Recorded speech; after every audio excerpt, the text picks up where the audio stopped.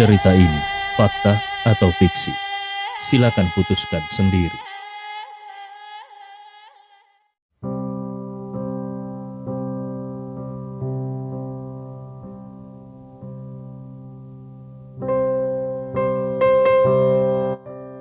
Tawaran demi tawaran terus diteriakkan. 270 juta, 280 juta, 290 juta. Hamzah mengangkat tangannya lagi dan menyatakan, "Aku menawar 300 juta." Setiap kali ada tawaran, seseorang langsung menaikkan harga. Semua orang bersaing untuk mendapatkan jamu regenerasi ini. Mereka menaikkan harga sebesar 10 juta, hampir tanpa berhenti. Seluruh ruangan menjadi gempar. Bahkan mereka yang memiliki kekayaan bersih hanya sekitar 1 miliar pun ikut serta tanpa ragu. Semua orang tahu bahwa meskipun uang itu berharga, tetapi kehidupan jauh lebih berharga. Sementara itu, Cliff merasa setiap tawaran adalah tamparan keras di wajahnya. Dia tidak pernah merasa begitu dipermalukan di dalam hidupnya. Namun, ini baru permulaan. Yang terburuk adalah mencari cara bagaimana dia akan mundur dengan elegan. Apakah dia benar-benar harus memakan liontin kalung rubi ini? Pada saat ini, penawaran terus berlanjut dan masih sama panasnya seperti sebelumnya. Ahmad Saidi, Zeki Harun, dan Hamzah semuanya tidak mau menyerah pada kesempatan yang luar biasa ini. Segera, harga sudah melebihi 500 juta. Pada saat ini, di meja-meja sebelah, hanya ada 2 atau 3 orang yang masih terus menawar. Sementara yang lainnya sudah tidak bisa bertahan karena harga yang terlalu tinggi dan sudah melebihi kemampuan mereka sehingga terpaksa mundur.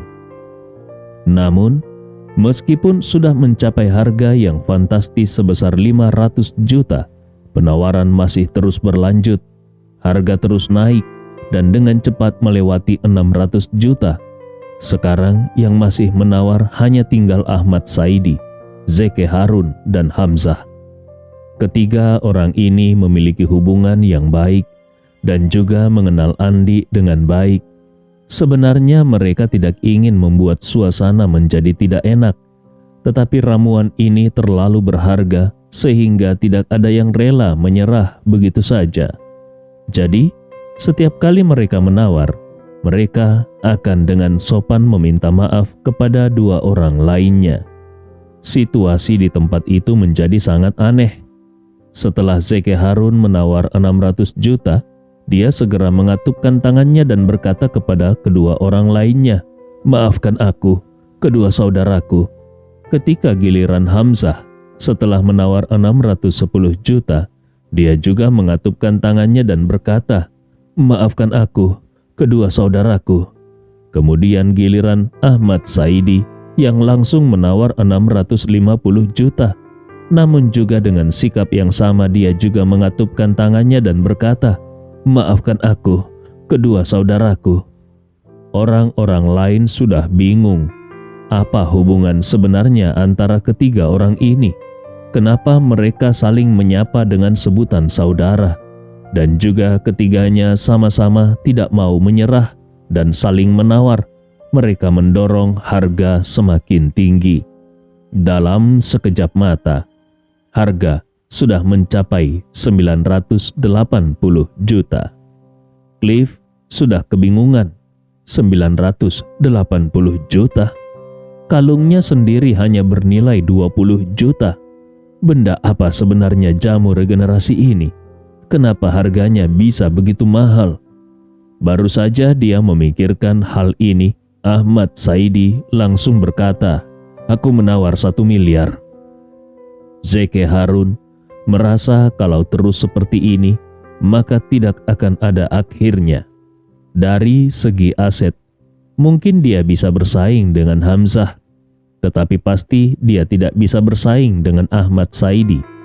Kalau terus menaikkan harga sedikit demi sedikit, akan sangat sulit baginya untuk mengalahkan Ahmad Saidi. Maka sambil menggigit bibirnya dia langsung berkata, "Aku menawar 1,1 miliar."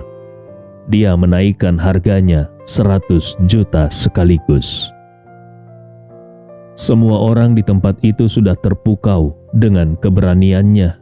Setelah Zeke Harun menawar 1,1 miliar, Hamzah menyadari bahwa dia harus menaikkan permainannya. Kalau tidak, dia mungkin akan kehilangan jamu regenerasi ini.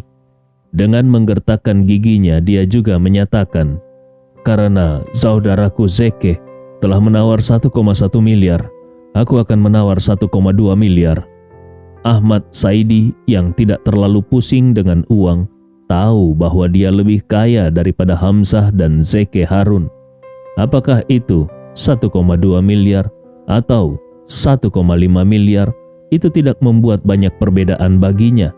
Tetapi dia bertekad untuk memenangkan jamu regenerasi ini. Jadi dengan sikap tenang dia mengumumkan, "Dalam hal ini, aku akan menawar langsung 2 miliar. Ruangan itu meledak dalam kegembiraan dan keriuhan. Dari 1,2 miliar menjadi 2 miliar. Ini benar-benar merupakan lelang paling luar biasa dan paling boros yang pernah dilihat oleh semua orang. Ada konsep. Apa konsep dari 2 miliar itu? Dalam bentuk tunai?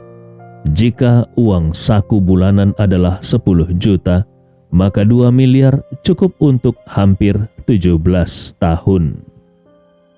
Kalau 2 miliar ini disimpan di bank dengan bunga 5% per tahun, maka hanya dari bunganya saja akan ada 100 juta setiap tahun. Dengan demikian, hanya dari bunganya saja akan ada lebih dari 8 juta setiap bulannya. Ini benar-benar angka yang tidak bisa dibayangkan oleh orang biasa, bahkan oleh orang kaya pada umumnya. Namun bagi Ahmad Saidi, seorang miliarder dengan aset ratusan miliar, ini hanya sekitar 2 atau 30% dari total asetnya. Ahmad Saidi telah bekerja keras setengah hidupnya dan menghasilkan uang untuk dinikmati agar dia bisa hidup lebih baik dan lebih santai. Jadi, membeli jamu regenerasi dengan harga 2 miliar bukanlah apa-apa baginya. Jadi ketika dia mengajukan harga ini, dia tidak merasa sakit hati sama sekali. Namun saat ini Zeke dan Hamzah merasa sangat tidak berdaya. Dua orang ini berada di belakang keluarga besar dengan banyak anggota keluarga langsung dan tidak langsung. Ada puluhan orang yang harus diberi makan. Bagi Hamzah, kalau dia ingin membeli jamu regenerasi, uangnya sendiri tidak akan cukup. Dia harus menggunakan uang keluarga. Kalau itu sampai terjadi, keluarganya pasti akan memiliki pendapat besar.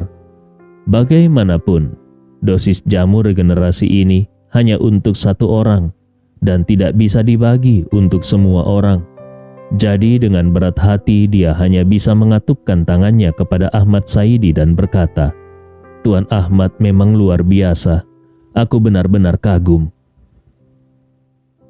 Kondisi Zeke juga tidak lebih baik daripada Hamzah. Bahkan dalam hal kekuatan, keluarga Zeke lebih lemah dibandingkan dengan keluarga Hamzah. Apalagi sebelumnya, dua cucu keluarga Harun yaitu Rizal dan Hasan telah menyinggung Andi Rewa, sehingga kehilangan kualifikasi kerjasama dengan grup Rapocini. Ini juga menyebabkan keluarga Harun mengalami kerugian besar. Jadi sekarang menghadapi harga 2 miliar, keluarga Harun hanya bisa mundur. Melihat tidak ada yang bersaing lagi dengannya, Ahmad Saidi menghela nafas lega. Namun dia tidak sedikit pun merasa sombong dan juga tidak menunjukkan kegembiraan. Dia hanya mengatupkan tangan kepada Zeke dan Hamzah sambil dengan rendah hati berkata, "Saudara-saudaraku, terima kasih atas pengertian kalian." Zeke dan Hamzah juga dengan rendah hati berkata, "Tidak perlu terlalu sopan. Ini adalah bukti kekuatan Tuan Ahmad. Kami berdua hanya bisa mengagumi." Semua orang tidak bisa berhenti mengagumi keharmonisan di antara ketiga orang ini. Jamu regenerasi dengan harga awal 150 juta telah dinaikkan menjadi 2 miliar oleh ketiga orang ini. Namun ketiganya masih bisa tetap tenang tanpa emosi berlebih, bahkan menunjukkan sikap yang sangat elegan, benar-benar membuat orang terkesan.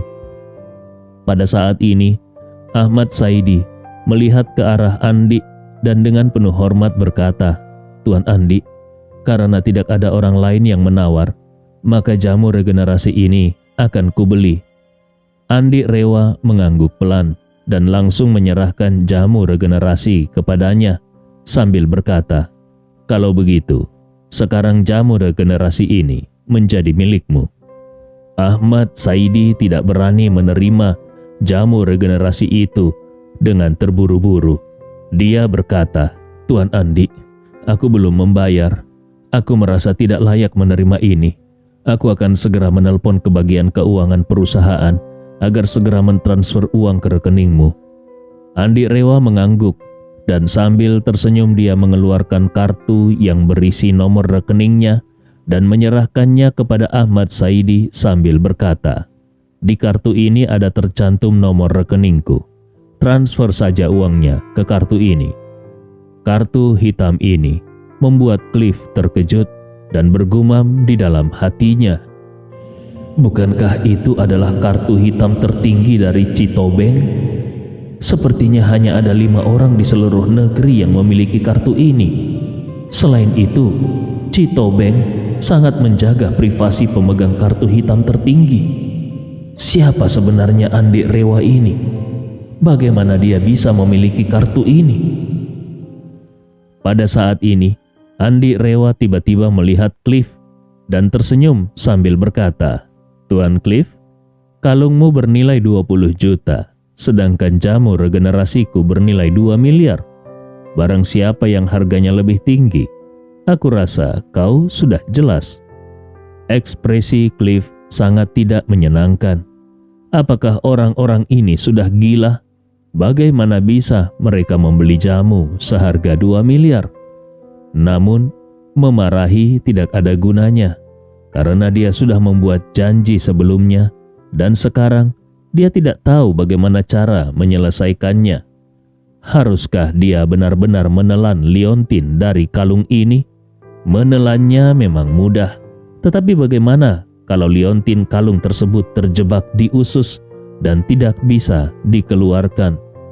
Tapi kalau dia tidak menelannya, bagaimana dia akan menghadapi situasi ini? Lagi pula, ide taruhan itu semuanya datang dari dirinya. Dia tidak mungkin membatalkannya di depan umum, bukan? Tetapi, setelah dipikir-pikir, membatalkan di depan umum juga tidak ada masalah. Lagi pula, dia tidak mengenal banyak orang di kota ini, dan dia tidak takut kalaupun mereka membicarakannya di belakang. Namun, dia teringat kalau dia juga berencana untuk mengembangkan hubungan dengan Fania. Kalau hari ini dia kehilangan muka sebesar ini di depan umum dan membatalkan janjinya, mungkin akan sulit baginya untuk memikat Fania di masa depan. Ketika dia merasa bimbang, Ibnu Komar tiba-tiba mengangkat ponselnya dan berkata, "Tuan Cliff, aku sudah merekam seluruh kejadian tadi. Kalau kau sebagai Tuan Cliff dari keluarga Hartanto tidak menepati janji, aku akan mengunggah video ini ke lingkaran keluarga atas di Jakarta. Kuharap kau bisa mempertimbangkannya baik-baik." Cliff terbelalak menatap Ibnu Komar dan berseru marah, "Tuan Ibnu Komar, aku tidak punya masalah denganmu. Kenapa kau harus melakukan ini kepadaku?" Ibnu Komar dengan tenang berkata, "Tuan Cliff, kau tidak adil. Aku Ibnu Komar selalu berbuat adil dan selalu mendukung yang benar, bukan yang dekat. Peristiwa hari ini justru kaulah yang memulai provokasi terlebih dahulu. Taruhannya juga merupakan kesepakatanmu dengan Tuan Andi. Kenapa sekarang kau ingin membatalkan janji?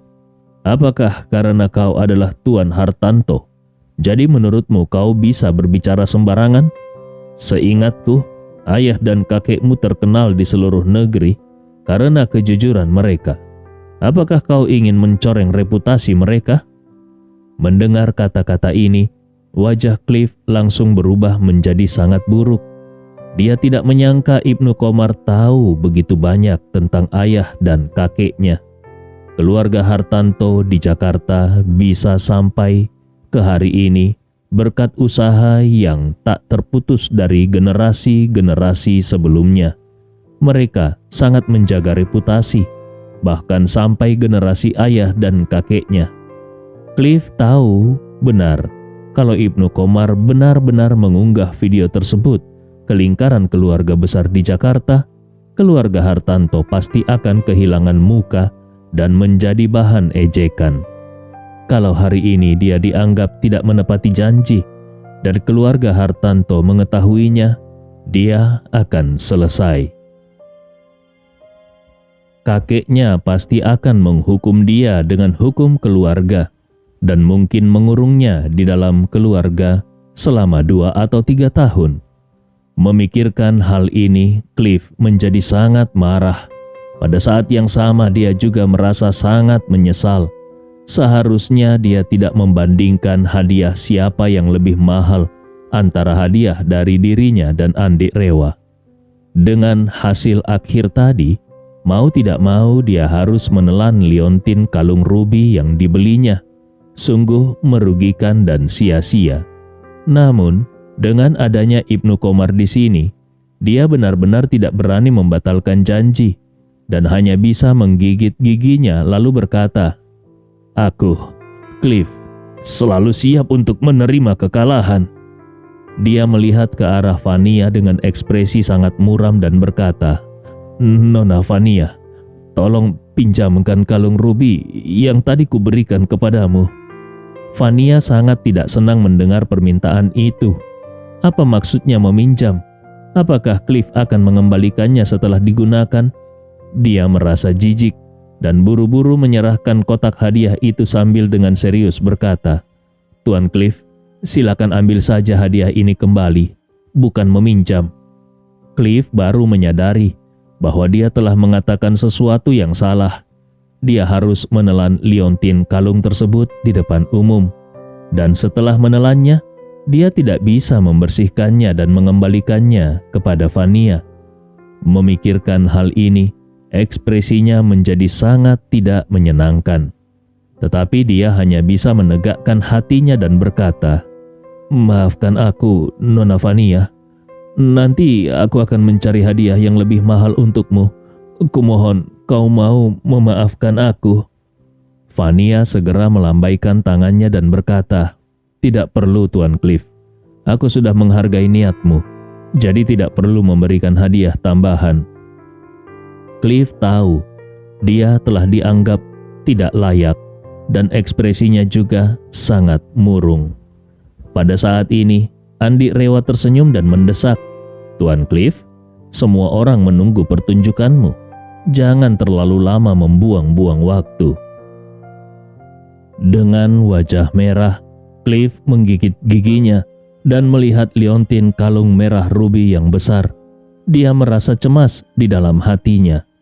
Menelan benda ini pasti sangat sulit.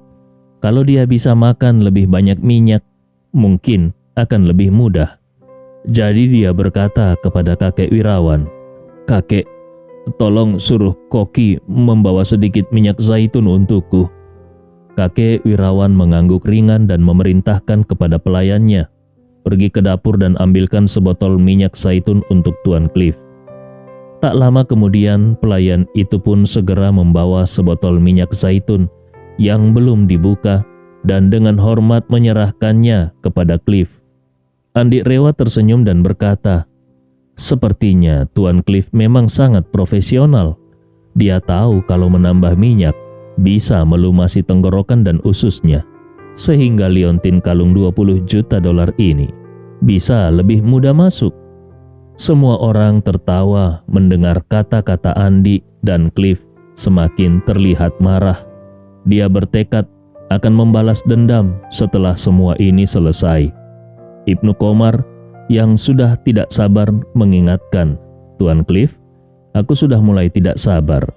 Kalau kau tidak segera menelan kalung ini, aku akan mengunggah videonya ke lingkaran keluarga kaya di Jakarta."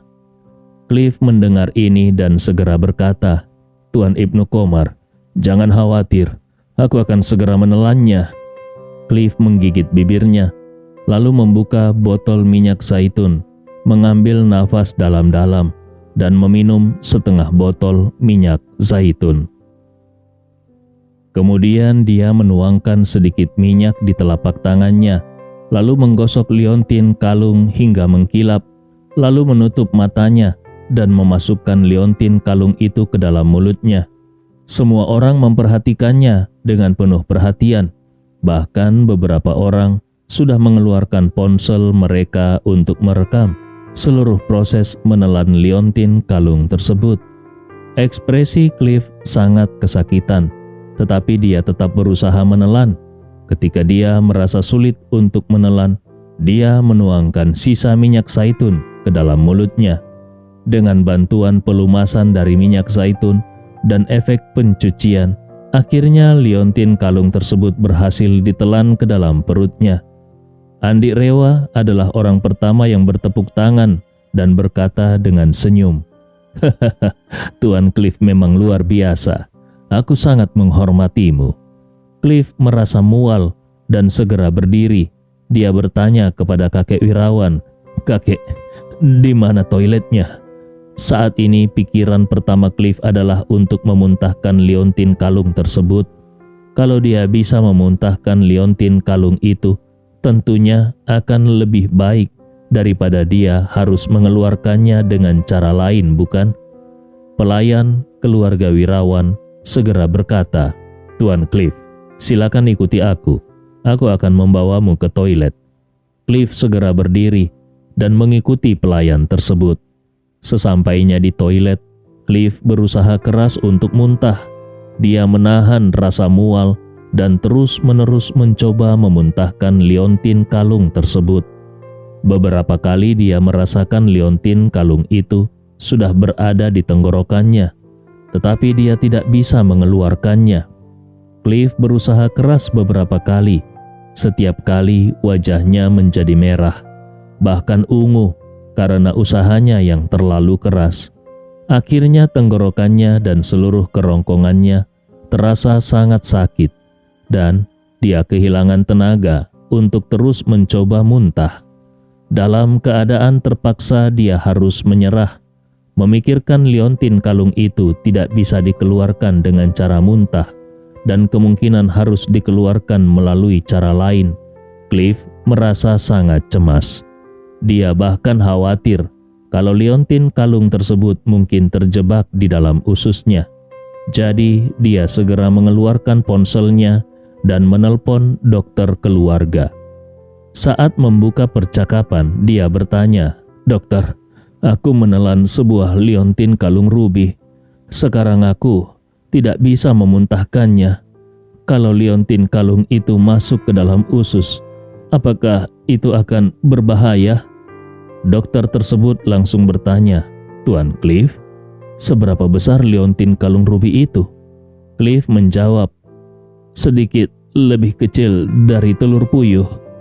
Dokter tersebut bertanya lagi, "Apakah ada bagian yang tajam?" Cliff berpikir sejenak dan menjawab, "Tidak ada." Dokter tersebut menjelaskan, "Kalau begitu, sebaiknya Tuan mengamati selama 1 hari untuk melihat apakah bisa keluar secara alami." Kemudian dokter menambahkan, "Lebih baik lagi kalau Tuan juga mengonsumsi beberapa obat pencahar agar bisa mempercepat pergerakan usus dan lebih cepat keluar." Cliff bertanya, "Bagaimana kalau tidak bisa keluar?" Dokter kembali menjawab, "Kalau dalam waktu 24 jam masih tidak bisa dikeluarkan, itu harus menjadi perhatian serius karena bisa menyebabkan obstruksi usus. Obstruksi usus adalah kondisi akut yang bisa sangat berbahaya." Dokter tersebut kemudian menyarankan, "Bagaimana kalau Tuan Cliff datang ke sini sekarang agar kami bisa memantau kondisimu dan melakukan tindakan segera jika diperlukan?" Kalau terjadi obstruksi usus, itu akan sangat berbahaya. Ketika Cliff mendengar bahwa menelan liontin kalung ini bisa berakibat fatal kalau tidak dikeluarkan, dia sangat marah dan tubuhnya bergetar. Apa ini? Berjudi dan kehilangan muka saja tidak cukup. Sekarang malah menghadapi resiko kematian. Memikirkan hal ini, Cliff menjadi sangat membenci Andi dan ingin segera membalas dendam. Namun, masalah terbesar saat ini adalah keselamatan hidupnya. Kalau terjadi sesuatu dan dia kehilangan nyawanya hanya karena taruhan ini, itu akan sangat merugikan. Jadi, Cliff segera menelpon kapten pesawat pribadi keluarganya. "Kapten, di mana kau sekarang?" Cliff baru saja menaiki pesawat pribadi ayahnya sore tadi dari Jakarta ke Makassar. Karena dia berencana tinggal beberapa hari di Makassar, kapten pesawat pun berencana mengembalikan pesawat malam ini. Cliff berpikir kalau pesawat belum kembali ke Jakarta, dia akan segera mengikuti pesawat untuk pulang. Dia tidak bisa membiarkan liontin kalung rubi di perutnya membuatnya berada dalam bahaya. Pada saat ini, kapten pesawat pribadi Cliff sedang menunggu giliran untuk lepas landas di bandara. Setelah menerima telepon dari Cliff, kapten langsung berkata, "Tuan Cliff, aku sedang berada dalam antrian dan bersiap untuk terbang kembali ke Jakarta." Cliff segera menjawab, "Segera ajukan permohonan penundaan lepas landas ke menara pengawas dan bawa pesawat kembali ke tempat parkir pesawat pribadi. Malam ini, aku harus kembali ke Jakarta." Kapten bertanya dengan terkejut, "Tuan baru saja tiba sore ini. Bukankah Tuan berencana untuk tinggal beberapa hari lagi? Kenapa sekarang sudah harus pulang?" Cliff dengan tidak sabar berkata, "Jangan terlalu banyak bertanya. Kembalikan pesawat ke tempat parkir pribadi dan tunggu aku. Aku akan segera ke bandara." Kapten segera menjawab, "Baik, Tuan Cliff. Aku akan mengajukan permohonan sekarang." Saat Cliff keluar dari toilet dengan wajah muram, pelayan keluarga Wirawan sudah menunggunya di depan pintu. Melihat Cliff keluar, pelayan tersebut segera bertanya dengan hormat, "Tuan Cliff, bagaimana keadaanmu?" Cliff mendengus dingin dan berkata, "Tidak ada baiknya. Katakan kepada majikanmu bahwa aku akan kembali ke Jakarta sekarang juga." Pelayan tersebut terkejut. "Apa? Tuan Cliff sudah mau pulang? Tapi acaranya belum resmi dimulai." Cliff sangat marah dan menjawab, "Jangan buang-buang waktu. Beritahu majikanmu bahwa aku awalnya berniat memberi kesempatan besar kepada keluarga Wirawan. Sayangnya, orang-orang di keluarga Wirawan terlalu tidak peka." Setelah mengatakan itu, Cliff langsung melewati ruang perjamuan dan bersiap untuk pergi. Pelayan tersebut tahu bahwa Cliff sangat marah, jadi dia buru-buru kembali ke ruang perjamuan untuk melaporkan apa yang terjadi kepada kakek Wirawan. Kakek Wirawan merasa sedikit menyesal ketika mendengar bahwa Cliff akan pergi, tetapi dia segera menenangkan dirinya dan berkata dengan tenang, "Kalau memang Tuan Cliff ingin pergi, biarkan saja dia pergi." Jody langsung berseru panik, "Kakek, Tuan Cliff datang kali ini untuk menjalin kerjasama mendalam dengan kita. Bagaimana bisa kita membiarkannya pergi begitu saja?" Kakek Wirawan bertanya, "Kalau dia ingin pergi, apakah kita harus memaksa dia untuk tinggal?" Jody berkata dengan cemas, "Kakek, kau sangat bijaksana. Seharusnya kau bisa menebak tujuan sebenarnya dari kedatangan Tuan Cliff ke sini, bukan?" Fania langsung berkata, "Kakak, bagaimana bisa kau berbicara seperti itu kepada kakek?" Sejak kecil, Fania tidak memiliki orang tua, dan bagi dia, kakek Wirawan tidak hanya berperan sebagai kakeknya, tetapi juga sebagai orang tuanya. Oleh karena itu, Fania tidak bisa mentolerir ketidakhormatan terhadap kakek Wirawan, bahkan kalaupun itu dilakukan oleh sepupunya sendiri. Jody bisa melihat secara sekilas kebencian di mata Fania dan berkata dengan sedih, "Fania, kakek, alasan Tuan Cliff datang ke keluarga Wirawan adalah karena keluarga hartawan kini sedang menurun. Tempat pertama di pulau telah kosong. Keluarga Hartanto pasti ingin mengambil kesempatan untuk memasukkan kaki mereka. Jadi aku rasa tujuan mereka adalah untuk berkolaborasi dengan kita dan mendukung kita menjadi keluarga nomor satu di pulau ini. Kita bisa bergantung pada keluarga Hartanto di masa depan. Itu berarti kita akan memiliki dukungan kuat di Jakarta. Ini adalah situasi yang saling menguntungkan. Sebenarnya kakek Wirawan juga sudah menduga niat sebenarnya dari Tuan Cliff datang ke sini. Sebagai seorang pengusaha yang memulai dari nol, meskipun sudah tua, pemahaman dan penguasaan situasi kakek Wirawan tetap sangat tajam dan mendalam. Dia sudah menyadari bahwa dengan semakin merosotnya keluarga hartawan, maka pola kekuatan di antara keluarga-keluarga besar di pulau pasti akan mengalami perubahan. Penguasa lama turun, penguasa baru muncul. Ini adalah hukum sejarah yang tidak berubah. Namun, dia tidak pernah membayangkan bahwa keluarga Wirawan akan memiliki kesempatan untuk menjadi penguasa baru di pulau.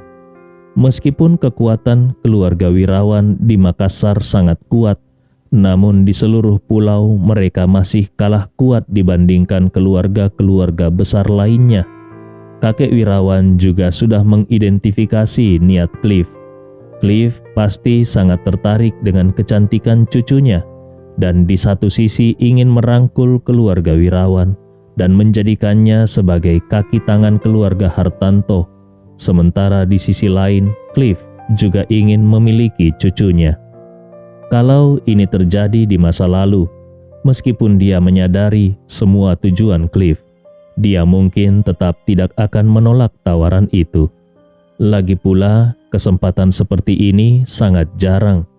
Banyak keluarga di pulau yang ingin melayani keluarga besar di Jakarta, bahkan menjadi pelayan atau pembantu mereka. Tetapi keluarga besar di Jakarta sama sekali tidak memandang mereka. Ada banyak keluarga tersembunyi di Jakarta, dan kekayaan di belakang mereka tidak bisa dipahami oleh keluarga-keluarga di pulau. Keluarga Rewa di Jakarta memiliki kekuatan dan latar belakang yang sangat kuat. Tidak ada seorang pun dari keluarga Rewa yang masuk dalam daftar orang-orang kaya di dunia. Selama keluarga Rewa tidak ingin muncul dalam daftar, maka tidak ada daftar kekayaan yang berani mencantumkan nama mereka. Jadi tidak ada yang tahu berapa banyak kekayaan yang sebenarnya dimiliki oleh keluarga Rewa.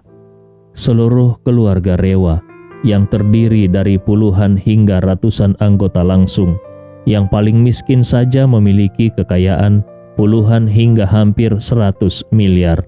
Sementara yang terkaya memiliki kekayaan hingga ribuan miliar. Kalau digabungkan, kekuatan sejati keluarga ini benar-benar mengesankan. Ini hanya keluarga top domestik. Kalau melihat keluarga-keluarga kaya di luar negeri yang telah ada selama 2 hingga 3 abad, kekayaan mereka bahkan bisa menandingi kekayaan negara. Mereka juga seperti keluarga Rewa, sangat rendah hati dan tidak pernah mengizinkan nama mereka muncul di daftar orang kaya. Keluarga Spencer salah satu contohnya. Mereka telah beroperasi selama ratusan tahun dan memiliki banyak keturunan, namun tidak ada satupun anggotanya yang ditemukan dalam daftar orang-orang kaya. Sementara keluarga Hartanto, meskipun berada di Jakarta, namun tidak dianggap sebagai keluarga top, sehingga mereka memfokuskan perhatian mereka pada wilayah pulau. Sementara bagi keluarga Rewa, tidak ada keluarga di pulau yang bisa menarik perhatian mereka. Jadi, kalau ini terjadi di masa lalu, kakek Wirawan tidak akan pernah melewatkan kesempatan emas untuk bergaul dengan keluarga besar di Jakarta. Namun sekarang dia sudah menyadari bahwa semua keluarga tersebut tidak memiliki makna berarti. Yang benar-benar penting adalah Andi Rewa yang tidak ada yang tahu seberapa dalam kekuatannya, baik karena kepentingan pribadi, masa depan keluarga, atau kepentingan cucunya. Kakek Wirawan sangat berharap cucunya Fania bisa bersama dengan Andi Rewa. Dia tahu bahwa untuk hidup lebih lama, dia harus menjalin hubungan baik dengan Andi. Menghormati Andi sebagai tuan tidak ada artinya karena semua orang menghormatinya dengan julukan itu. Hanya dengan menjadikannya sebagai menantu, barulah Andi benar-benar menjadi keluarganya sendiri. Selain itu, dia juga tahu bahwa kalau dia benar-benar ingin keluarga Wirawan berkembang lebih jauh dan lebih lama, maka lebih baik dia menjadikan Andi sebagai menantu daripada melayani keluarga besar di Jakarta. Terlebih lagi, dia tahu bahwa cucunya yang sangat dicintainya belum pernah benar-benar menyukai pria manapun kecuali Andi Rewa. Sebagai kakek yang sangat menyayangi cucunya dan telah menyaksikan cucunya tumbuh, dia tentu berharap cucunya memiliki tempat yang sempurna dalam hidupnya. Oleh karena itu, dari sudut pandang apapun, Cliff jauh tertinggal dibandingkan dengan Andi. Hati Jody sangat terganggu saat ini. Dia benar-benar tidak menyangka kalau kakeknya rela mengambil resiko menyinggung Cliff hanya untuk menyenangkan Andi. Jody bukanlah orang bodoh. Dia bisa melihat bahwa alasan kakeknya sangat memandang tinggi Andi adalah karena ketergantungan kakeknya pada jamu regenerasi. Dengan kata lain, kakeknya mengabaikan tawaran Cliff dan keluarga Hartanto, tetapi malah berusaha menyenangkan Andi. Itu menunjukkan bahwa kakeknya lebih peduli pada berapa lama dia bisa hidup daripada berapa banyak kekayaan keluarga yang bisa didapatkan. Ini membuat Jody merasa sangat marah. Pertama-tama, dengan meninggalkan keluarga Hartanto, maka keluarga Wirawan telah kehilangan kesempatan emas untuk berkembang pesat. Kedua, kalau kakek terus mendapatkan jamu regenerasi dari Andi, kakeknya bisa saja hidup lebih lama dan menghalangi kesempatan ayahnya untuk mewarisi keluarga. Kalau ayahnya tidak bisa mewarisi keluarga, maka dia sendiri juga tidak akan bisa. Jody tidak ingin kakeknya hidup 30 atau 40 tahun lagi. Jika itu terjadi, ayahnya akan berusia lebih dari 80 tahun saat mewarisi keluarga, dan dia sendiri mungkin sudah berusia 60-an ketika akhirnya menjadi kepala keluarga. Ini adalah situasi yang tidak dapat diterima oleh Jody. Dia berharap kakeknya mati hari ini agar ayahnya bisa mewarisi keluarga dan dia sendiri bisa mendapatkan lebih banyak kekuasaan. Setelah itu, dia akan berusaha agar ayahnya pensiun lebih awal sehingga dia bisa mengambil alih sebagai kepala keluarga. Namun keberadaan jamu regenerasi sangat menyebalkan. Dengan adanya ramuan ini, siapa yang tahu kapan kakeknya akan mati? Tony Wirawan juga merasa kesal. Dia sudah siap untuk mewarisi keluarga. Ketika kakek tampaknya semakin dekat dengan kematian, dia bahkan merasa sedikit senang karena berpikir dia akhirnya akan memiliki kesempatan. Namun, dia tidak pernah membayangkan kalau Fania akan membawa Andi ke sini dan segalanya menjadi tidak terkendali. Pada saat ini, kakek Wirawan tiba-tiba berdiri dan tersenyum lalu berkata, "Saudara-saudara, hari ini adalah hari ulang tahun cucu perempuanku. Aku ingin mengumumkan sesuatu di depan umum." Semua orang menatap kakek Wirawan dan merasa penasaran dengan pengumuman yang akan dibuatnya. Cerita ini fakta atau fiksi? Silakan putuskan sendiri.